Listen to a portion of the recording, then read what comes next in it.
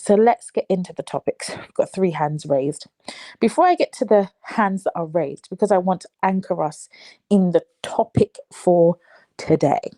So you may have read the description, I hope you have. And the description for the title of this event is Relationships Matter. Is Love Enough? And in the description, I've given a brief summary of what this topic will delve into. And we may have heard the phrase or the saying that love is not enough. I feel that is something that we've heard mentioned in film, TV, maybe read in some kind of book, where people are perhaps assessing their relationships, or they're reflecting on their relationships, and they're saying, you know what, love is not enough to build a relationship. And I thought that saying, that phrase, that statement, actually, rather than a phrase, and that statement was quite powerful for people to conclude that love is not enough. And I wanted us to talk about it, talk about what we understand that statement to mean. Have we heard it before? How it makes us feel? And ask the question, because I've put in the description that love is at the root of our relationships, or perhaps that's something that we can discuss. But we may share the belief that love is the root of a great relationship, a thriving, fruitful relationship. But is it enough to sustain a relationship? Is it enough to keep a relationship going? Is it enough to ensure that a relationship continues to grow daily? Or do we need to focus more on love? Are there too many distractions? Are there too many lists, requirements, expectations, goals, ambitions? And perhaps maybe we need to strip it all down and say love is enough. Or maybe should I say additionally, do we need to reevaluate or evaluate our understanding of love? Has it been clouded by worldly perceptions of what love is? In John 15, particularly in verses 9 to 13, that's John 15, 9 to 13. If you read that in your own time, or you could read that now, you could have it up. And we see that Jesus Christ is talking to his disciples, and he's telling them that if you remain in me, and he's talking to the people, of course, if you remain in me, I will remain in you. And that, I think it's John 14:16, that says, if you love me, you will obey my words, you'll obey my commandments, you will obey me. And then that's reinforced then. It's particularly verse 13, John 15:13, where Jesus Christ says, greater love hath no man than this, than a man that would lay down his life for his friends. So we see there that when it comes to loving, it's sacrificial, but it's laying down your life for your friends. And you may not, I don't think that's just a literal, we can take that just literally, because we do see that Jesus Christ literally laid down his life for us. And he says, if you obey me, you are my friends. That's what it goes on to say. But also perhaps how we love each other in different ways, how we might be sacrificial in that love. Maybe love is the root, and then what stems from that is being able to sacrifice and not be self-serving or completely self-centered. There's a verse we may all know, John 3:16. For God so loved the world, he gave his only begotten Son, that whosoever shall believe in him shall not perish but have everlasting life. And at the beginning of that verse, we see again that love is sacrificial, because God loved us so much that he gave his only Son to lay down his life for us.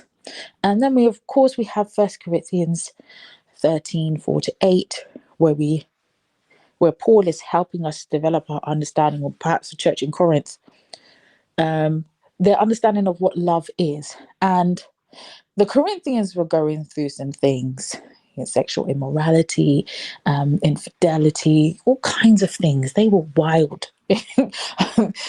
Just to use that word to surmise what was going on with the people in Corinth. But Paul was really trying to, well, he admonishes them, but you can see there's a love in those letters and his encouragement, and really trying to show as much as possible what love really is. So I mention these scriptures because perhaps in order to answer the question, is love enough? Perhaps one of the first things we do is to make sure that we are informed and have the knowledge of what love is, and ensure that that is guarded, because there's so many things that can come and infiltrate our beliefs and what we value when it comes to love. So perhaps this is a twofold discussion. Do we have that understanding of what love is, and that love that we should use as the foundation for loving others? And this is not just seeking a spouse. This is a friendship, your familial relationships, your siblings, your uncle, your aunt, your parents, people in the church. So we can actually use this to understand different relationships. So you can think about it in that way. But the question is, the big question, is love enough? Or does it require, or do we require input? Let me rephrase the question to make it very clear. Is love enough to build a thriving relationship? Or is there more to it? Are there other factors? Right? So I'm now going to go to the people who have been patiently waiting and listen to what you have to say. But hopefully I've given a bit of context to the topic, and we can stay on that trajectory, but also I welcome other opinions related to what we're talking about today. So Andy, thank you so much for being so patient. I'm going to make you a speaker and want to hear what you have to share with us today. So Andy, we should hear in the next few seconds, hopefully. If not, then what I will do is go to Manuel. So Manuel, I'm going to make you a speaker. You see, perhaps I'm not sure is ready, or maybe didn't. Hello. Oh, hello. There we go. Can you hear me now? I can hear you now. Hello. Okay. So you're saying, is love enough? Well, my ex-girlfriend, basically we broke up because of lack of commitment, and because she got a new job, and I was with either 6:30 to 3:30, or 1:30 to 10:30, and it was 5/7. I worked 3/7. So it was coming the days that she was off, I was working. Days I was working, she was off. So we never saw, and it just was went through a month. We only had 2 days the same off, and one thought it just ended. She actually did ask me last year, do I know what love is? I went, yeah, why? Because I don't really know what it is, because mum and dad, well, she lives at Austria, 3 years younger than me, but she lives at home. Mum and dad argue a lot and they shout, and obviously didn't really know. She never really loved someone before, but she told me before that she broke up with a guy about, maybe we'll say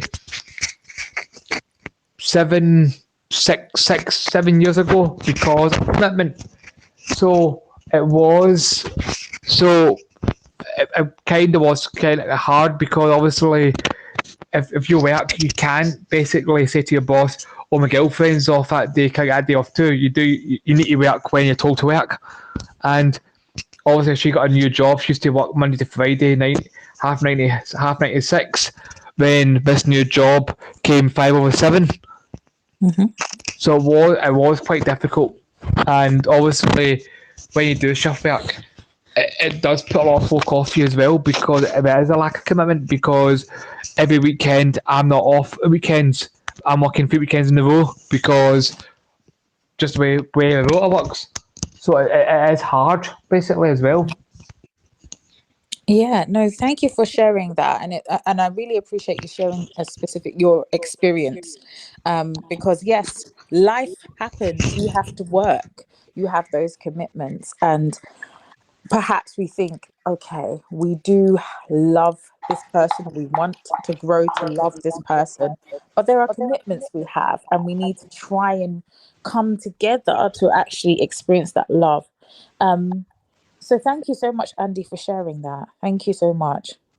And I want to also mention that when Andy gave us a description of, trying to work around work commitments, that may be one of the factors I'm referring to. So when I asked the question, I saw Busala, I think Busala, said, "Love is enough," with certainty, with the exclamation mark. I love it, and ends her comment with "God is love." Maybe you might come and tell us more about why you wrote that comment.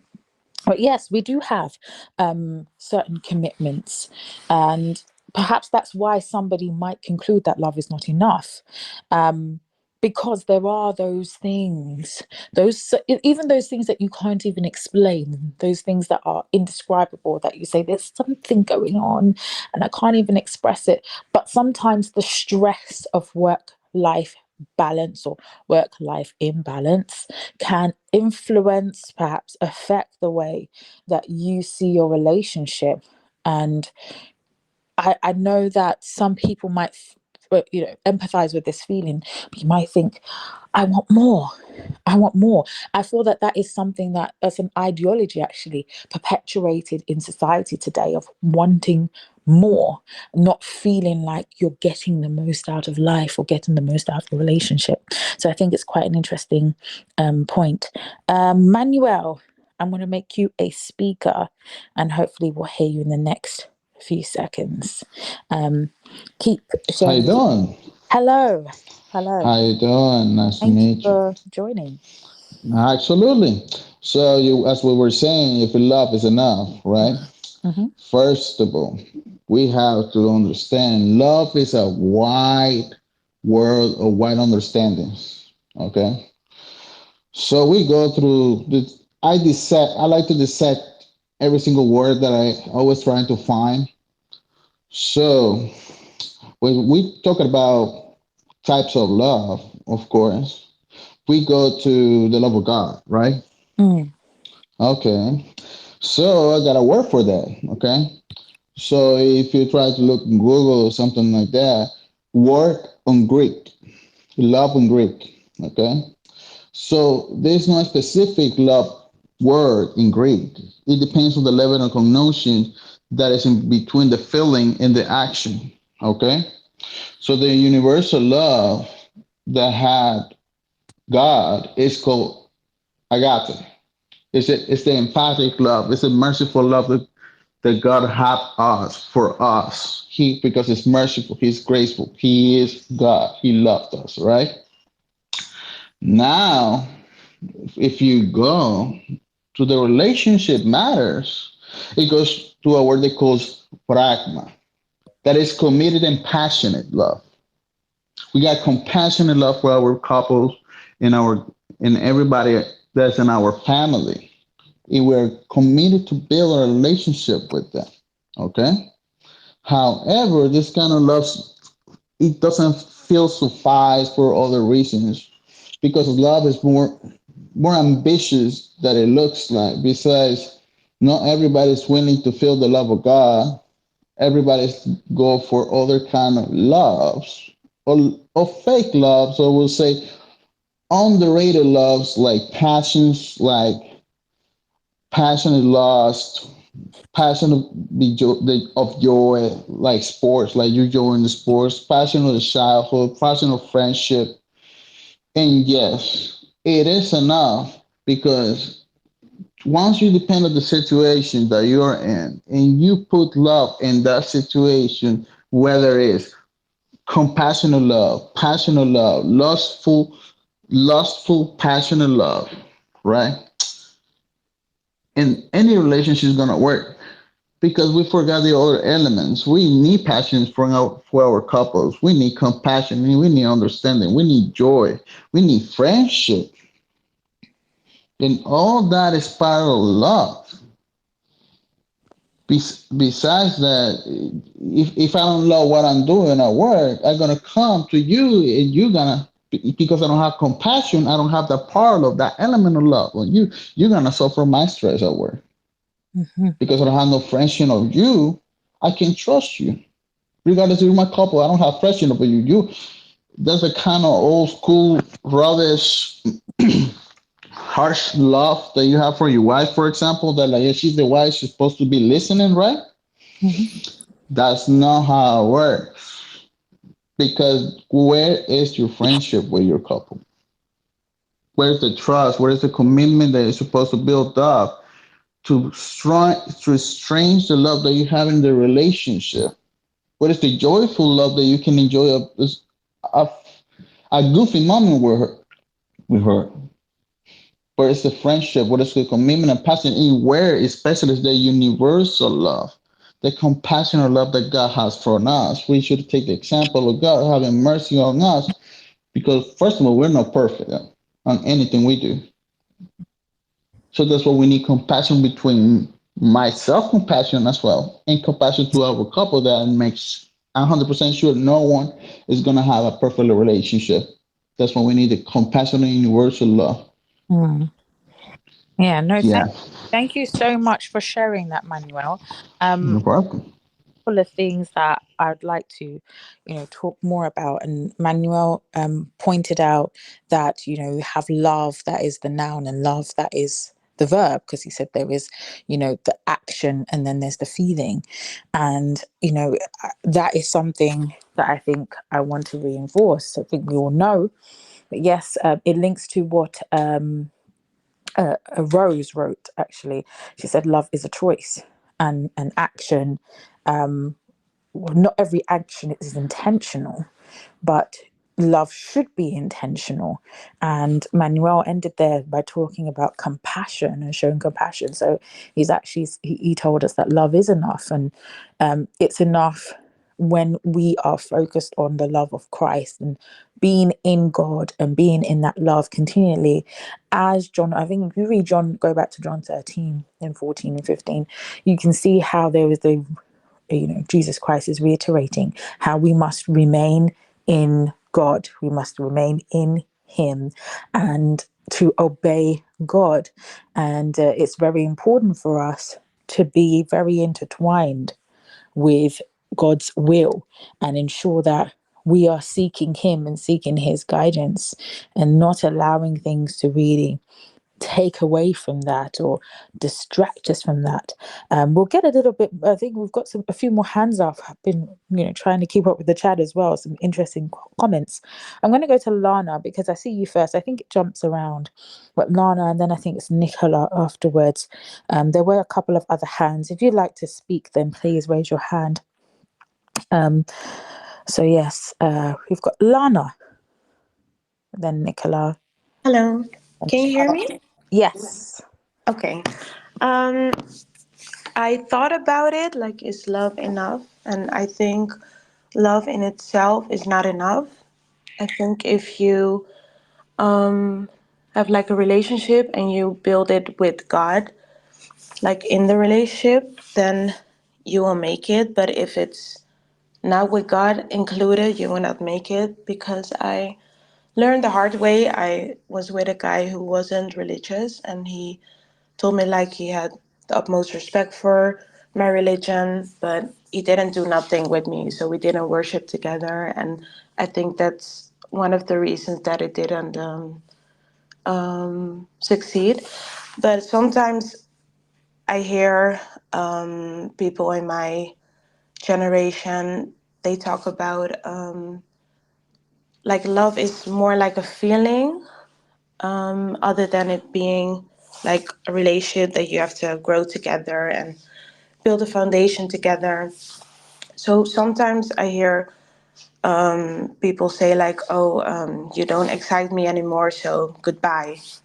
And I don't understand that, because love is not a feeling. You have to able to work together, to grow together, and to just be the best version you can be, and also have God included with it. So love in itself is not enough, but sorry, I'm just rambling a little bit, but I feel like you have to do a little bit more than love each other to actually be able to, yeah, succeed in a relationship, if that makes sense. No, perfect sense, Lana. Thank you so much for sharing.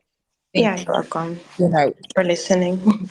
so even in what she said, perhaps maybe in society, maybe in media, wherever it is, there's a huge focus on the feeling, right? Feeling in love, being in love. I've heard, I think it's now a cliched expression to say that I love you, but I'm not in love with you. And maybe these expressions similar to this, get us to focus more on the feeling. And maybe that might be why people think it's not enough, and maybe because there's not the focus on the action of actually love is sacrificial. Love is about giving. Love is about laying down your life or laying down yourself, subjugation, obedience, being totally submissive to God. So that's quite interesting. Thank you so much. There's actually Nicola who is next, and then Evelyn. I think I've made the wrong person the speaker. Sorry, Angel, if you bear with me. So Nicola, you're next. Hopefully we should hear you, and then after Nicola, we'll go with Evelyn. I know Charlotte had her hand raised, but yes, I'll try and go in that order. So Nicola, when you're ready, if you could unmute and share your thoughts. Hi, Yemi. Hi. Nice to hear you again. Thank you so much. Nice to hear. Yeah, I'm just going to piggyback on what Manuel and Lana were saying. I think quite a long time ago, I think it was around my late teens, early 20s, when I first started listening to like mainstream pop music. And my parents were like super conservative when I was growing up. So I kind of mostly grew up with worship music and classical music, which were great. But when I started listening to mainstream pop music and really paying attention to the lyrics, I began to recognize that the majority of the cultural messages about what they're calling love is actually most of the time referring to affection, lust, attraction, but they're using the word love. And so I think this has caused a huge amount of confusion. And I think was it somebody in the chat was mentioning 1 Corinthians 13. And I've dug into that quite a bit over the years and trying to really understand, like, I've had people say all you need is love. And then I've heard other people go, well, love doesn't do crap, like forget it. It's never going to help anything. It just comes and goes. And I think, like, first and foremost, defining the term is really crucial in being able to move forward into an understanding of how to truly build relationships. And this is like beyond even just romantic relationships. So when I understand, I think it was Lana was saying that love, as described in 1 Corinthians 13, has nothing to do with emotions or feelings. And if you really read through that, it's pretty badass. I mean, when you look at the things saying like love never fails, love always protects. And so when I look at those and I ask myself, okay, so in my relationship with my siblings or with my close friends or with somebody that I'm wanting to build a deeper relationship with, what does it look like for me to protect this relationship, right? And one of the things, I'll just like go off on that for a minute, because I mean, you could go on for probably a 10-week series just breaking down 1 Corinthians 13. Yeah. But one of the things that I have found to be so detrimental to loving relationships in our modern culture is that everything is just blabbed out in the open, right? People fight on public television. People complain about each other and tear each other down on social media. I've seen people make comments on their social media just about somebody like so-and-so, and they name them by name and what they did to them. And I'm like, why are you putting this on Facebook? Right?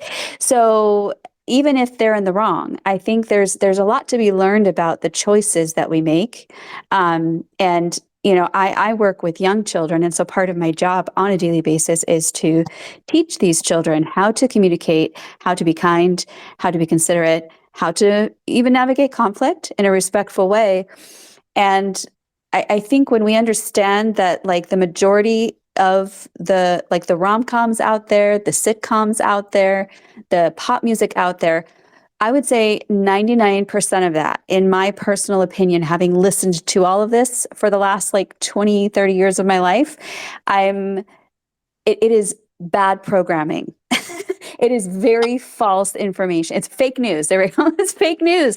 And so it's no wonder that we're in a whole world of hurt around messed up. I mean, it's not the only reason, granted, but I think for those of us who have been brainwashed by modern cultural media, that is not what love looks like. It's not. Most of it is riding on, well, if I don't feel it, then it's not real. And here's my bottom line is I think that yes, there needs to be, if you're looking at a marriage potential relationship, there definitely needs to be an alignment of calling and vision and values, right?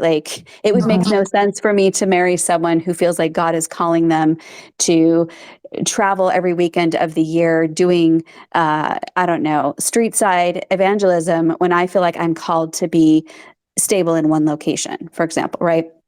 So there is that to be considered. And yet, if you've done all that, you've had those conversations and you've been really clear about, okay, we're compatible. At the end of the day, you can actually be compatible. You can actually, and I'm not saying this is the rule, but once in a while it does happen where I've seen people feel like God told them that's their spouse. This happened with my own parents. And yet, if you don't grow and transform in greater and deeper understandings of what it truly means to love in that choosing and in those actions, if you're not plowing the garden, watering the garden, tending to the garden of your relationship, it will not grow by default. It never will. And I think most of us have bought into this nonsense that it's supposed to be easy all the time. It's just supposed to feel good all the time. And you can ask any parent, they love their children to the moon and back and would take a bullet for their child, but it is not always fun. And it is not always easy. Absolutely. So that's all I have to say about that. I think we need to really detach ourselves from the cultural programming of what love should look like, what love is and what love does and how love sounds and really get back into what is truly love. I think a great resource is C.S. Lewis, The Four Loves, kind of what Manuel's talking about. There's different layers of love. But at the end of the day, I really think that we've done ourselves a great service by buying into the marketing that it should always be about a feeling. Yes. No, thank you so much for sharing that. And I just want to read what Jackie wrote here. She said that Christ's love is enough because it's perfect. And I think when we look at love from the perspective of being in this hyper reality called social media, where different understandings of love is created, different ideologies, notions, concepts, it can impair the way we see Christ's love and make us focus on what we can get out from it. So when we feel like we're not getting the love, the feeling, the satisfaction, the contentment that the world really says to us that we're supposed to get, that we can be very unsatisfied, frustrated, and actually distance ourselves from God and not invest into that relationship, because we can experience that a relational fatigue. And with God, he has everything we need. There's fullness of joy, and perhaps understanding love is so multifaceted that there are different ways we can show love.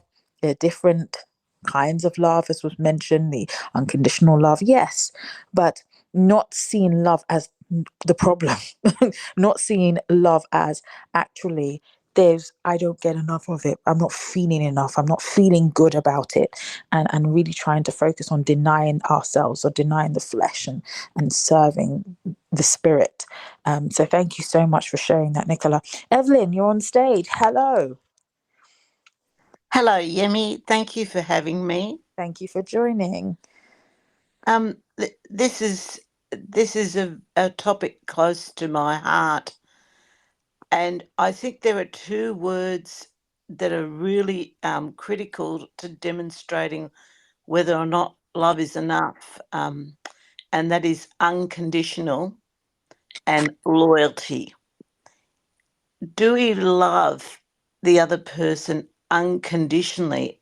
Because what happens in the world today is there are so many pressures, so many influences that unless both people in the relationship are absolutely committed to each other unconditionally and put the hedge around their relationship, are completely loyal to each other, and with God at the centre, in particularly a Christian relationship, and I'm talking about marriage or other important critical relationships, then the relationship fails because we don't put the hedge around it. And at the end of the day, God is the truest and most powerful example of love that we turn to. And I think we go back to the Bible. What does the Bible say in 1 Corinthians 13?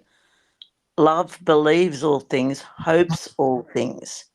So there's a determination in those words to actually stand by the other person no matter what. And unfortunately, people don't get that.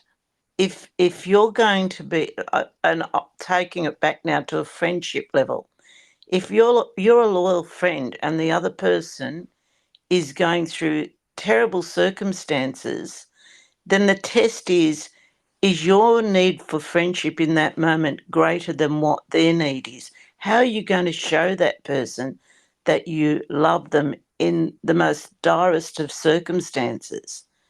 And they're the things that test whether or not love is going to be enough. Not whether we feel it, not whether we're having a great time all the time, but where are you going to be for the other person, and where are you going to be for each other when the rubber hits the road, so to speak. So I think it's the type of love. Is it unconditional love? And are you going to be loyal to me even when things seem very grim and very difficult? And I think they're the things that are missing today, is the quality of our commitment to each other no matter what. No, thank you so much for that. And I totally agree that the testing of your faith, the testing of your love in a relationship with anyone, what can happen when I feel that Nicola used the word programming. And I think that's something that is it happens where people are conditioned to believe that love is conditional, that you can actually fall in and out of love with somebody, that you can love them a little bit and love this person a lot, and and a huge focus on feelings, but when things happen, as everyone said, things can happen. And I've shared this. I was single for over 10 years, almost 11 years, before I met my husband.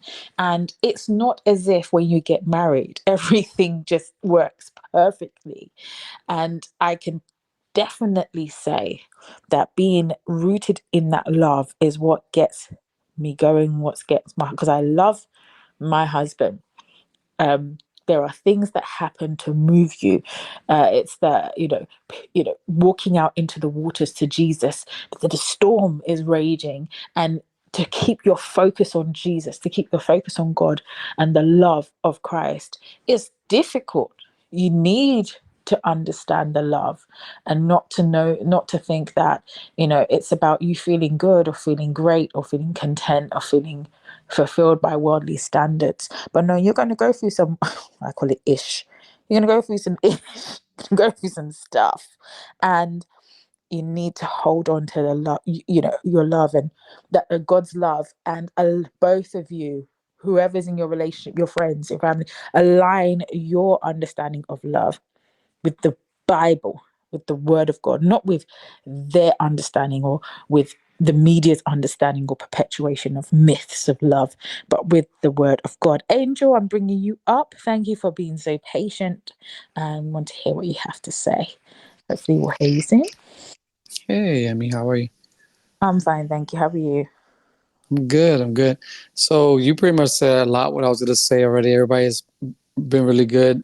That's the hard part of going kind of last because people just say what you're gonna say.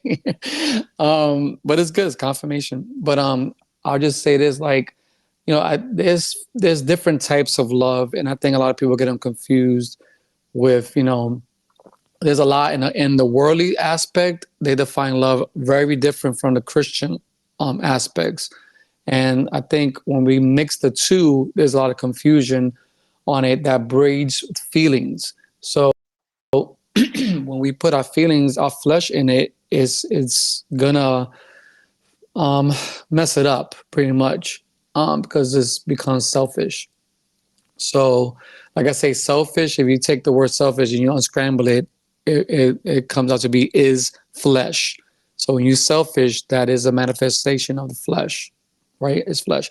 So the 4 different love languages is storge, which is like family, phileo, which is friendship, eros, which is passion, which a lot of people I think confuse eros love, passion with like the lustful love with agape love, which is the next one. And I think if you have agape love, love can work if you function agape love because the Bible says God is love. So if we function with that type of love that's godly, that's God-centered, also we got to remember that love is not a gift. Love is not the fruit of the flesh. Love is the fruit of the spirit. So when we walk in the spirit with love, that can be enough for any relationship. But most of us walk in the works of the flesh versus the works of the fruit of the spirit. So I think once we get that understanding that love is the fruit of the spirit, it kind of help us, and love covers a multitude of sins. So love covers. Yeah. So I'll stop there. Yes, no, thank you so much. Thank you so much, Angel. And Angel mentioned the fruit of the Spirit as well. If you want to read upon that, one of the places is in Galatians 5:22-23. Love being one of the fruits of the Spirit that we are meant to cultivate within us. Charlotte's back. Thank God. So we're going to go to M first because M, you've been waiting quite patiently. And then Charlotte, I'll come to you. Thank you so much. All the comments in the chat have been so thoughtful, so insightful. So thank you. So M, we should hear very soon. M? Hello. Good afternoon, good morning, good evening, all. Hey, how are you? Very blessed. How about yourself, ma'am? I'm good. Welcome back. Good things, good things. In regards to love, I believe that love is more than enough. I believe that love, according to the scriptures, when you look at Romans 13:8-13, it talks about let no debt remain except for to love one another continuously. When we love people, which is actual real love, not lust, not going into something else, but when we actually love people, we find that it actually does fulfill everything that we need. So love is more than enough. The Bible tells us that love itself actually fulfills the law. And so if you're fulfilling the law, you won't hurt your neighbor. You're not going to commit adultery on your wife. You're not going to beat her. You're not going to cheat on her. You're not going to lie to her. You're not going to do all these harmful things. And you know what? You are going to take and go and give up your rights to watch a football game or to hang out with your boys because you love her. And vice versa. You're going to give up girl time to hang out with your husband if need be and be there for him because you're fulfilling the law of love as opposed to doing this thing. I got to do this thing because if I don't do it, it is a gentle abiding it's like faith. Faith itself is not something that you have to take and force. You don't have to be good to be acceptable to God. All you have to do is believe, because if you believe, you'll do all those other things. You'll obey God if you believe. I'm not asking you to be good and believe. I'm asking you just to believe, because if you believe, you will be good. And if you love your wife, if you love your spouse, if you love your husband, you'll treat them right. Love is more than enough. It propels you to get up and go get a job. Propels you to go and be the best that you can be. All you need is love. God bless you, folks. Bless you too. And thank you so much. And I'm glad that the word believe has been mentioned. Belief, because you have to believe in the love of God to really know that it is something that you show. It's an action. It's not just a feeling. It's not just there to satisfy you. But you must believe in the love of Christ and believe in the word of God. And that also is what helps us to be, as Em said, the best person we can be: friend, sister, cousin, husband, wife. So thank you so much. Charlotte, thank you for raising your hand again. We should hear you soon. If you could unmute. Hello. Hey. I'm sorry, I don't know how I lost the hand, but thank you so much for calling me out because I would have just been waiting thinking, she's not picked me. What's going on? What's happening? No, I've got to hear you. Thank you. Thanks, Amy. This is a great topic. I kind of echoing what Em's just touched upon. Love is enough if we're both walking united in Christ. If we've both surrendered, we've both accepted what is perfect love, and that's the type of love that can only be accepted through Christ, then love is enough, because the Bible tells us it's the most important thing. In Peter, it tells us to show deep love for each other, for love covers a multitude of sins.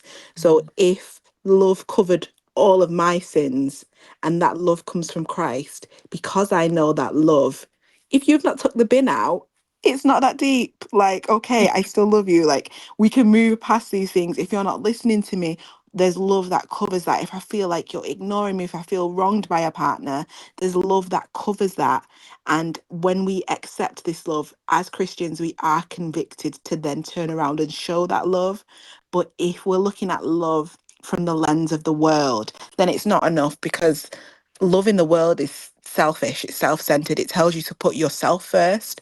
But love in Christ, it compels you to put other people first and to make sure that they're the priority and that they're safe, the same way that Christ did when he died for us on Calvary. He put aside his personal feelings, and although he was the most perfect person to ever walk the earth, he was scared at that time. He didn't want to do it, but he knew that it was worth it for all of us. So when we have that love and we've accepted it, we can then share that love with other people. And I do think that above all things, love really is enough to keep us through. So I will remain faithful, looking for that perfect love when the Lord brings him around. And until then, I refuse to settle, because I I'm blessed enough to know a love from the Father that's so perfect. Why would I want anything less? Yeah. No, Thank you, thank girl. you so much. Thank you. Oh, it's good. It's good to hear your voice. And yes, love is enough. So I guess what's our takeaway? Charlotte's really nicely actually I feel summarized a lot, but I want to know what you think in the chat real quick. Let's answer this question. Maybe you've been guided to reflect on things, but is love enough? Yes or no? Put your answer in the chat. Is love enough? And now at the beginning of this, I did talk about perhaps we need to address our understanding of love. And sometimes it's not even just addressing it. Sometimes we have to continue to feed it, because as Evelyn mentioned, we go through a lot. And we may feel like we're tested even though we're not being tested. But we go through certain life events that can make it difficult for us to perhaps access that the knowledge that God has given us through his word of what his love is. And it's important to rely on it, rest on it, and depend on it. I'll share a quick testimony because we are running. I can't believe it's 5 minutes left. But before I share the testimony, please, thank you once again for joining. If you could leave your feedback, I'll be so grateful. There are 3 dots, usually at the bottom right hand corner of your screen next to where it says end event. You can click on these 3 dots, and that's where you can actually give me some feedback, so I know how you found this event, and if there are topics that you'd like me to discuss in the future, then I can plan that and we can talk about it. So please let me know if you're enjoying it. That's also great. If there's anything I could do to improve the experience, improve the event, please also let me know. My testimony is this about the love of God and holding on to the love of God. I am a mum. I have a daughter, but I experienced the devastation of a miscarriage. And I remember that when I had the miscarriage, it was about 4 days before what we call Praise Sunday. And I'm part of the worship team. We have been rehearsing the songs, and I had a part that I had to sing. Now, it was very hard the day it happened because I was at work. I teach in secondary school. I work with young people, and I actually talked through the pain I was experiencing, went to the hospital and was told, this is what you've experienced. It's when Evelyn talked about going through things. There's nothing that could have prepared me for that. I wanted that. I really, really, really was excited, and for that to happen, it was so devastating. When I remember getting home and saying to myself, actually no, not to myself, I said it in prayer. I was crying and I said, God, I love you, and I know that you have good plans for me. It hurts so much, but I love you, and I am going to praise you and worship you and lift my hands like never before. And when I got to Sunday service, the Praise Sunday, actually the song we sang, it was a you might know it, but I think it's Elevation Worship. What's it called? I was going to sing it. I'll sing a little bit there. I was like, as long as I'm breathing, I've got a reason to praise. That song. And there's a part, I think, who covered it? I don't know. But there's a part that I also joined to it in there, and the lyrics go like this: now all of my fear I will turn into praise. Shake off despair as I sing out your name. A victory dance I will dance out in praise. I will crush disappointment and break every chain. And the way I sang that song, I believed it. At the foundation of believing those words was knowing that God loves me and he's got me. So I'm going to praise. And it took me back to 2 weeks. I had a flashback 2 weeks prior to this, to the miscarriage. I think I led praise and worship, and I remember saying these words, and it flashed into my mind: when you don't understand how great thou art. It's the love. It's having that love that got me to connect those messages. I didn't know, I was being prepared for such to happen to me. Love, God's love, that kind of love that keeps you focused and grounded, that says, I'm going to praise even though it's hard, even though I'm hurting. That's the love. That's the love to tap into when it's getting tough. That's the love to keep you grounded, to keep you sane. And I'll share another testimony next week to follow on from this. We've come to the end of this event because there's more to this testimony. We've run out of time. I do want to say, just to encourage people, you can experience some things, but the love of Christ is unlike the love that we see out here. It's not something that people can sell you. It's not just, it's higher. It even transcends our own understanding sometimes. That's why when that verse, greater love hath no man than this, that he that would lay his life down for his friends. I know God's got me. He loves me. He blesses me. So I'm going to praise you. And perhaps that's something we can think about, we can go back to. And I hope you've been encouraged. I hope you've enjoyed this event. I'm going to have to let you go. This hour goes so quickly. But I love you all. You know you are all dearly loved. The joy of the Lord is your strength. Have a wonderful week.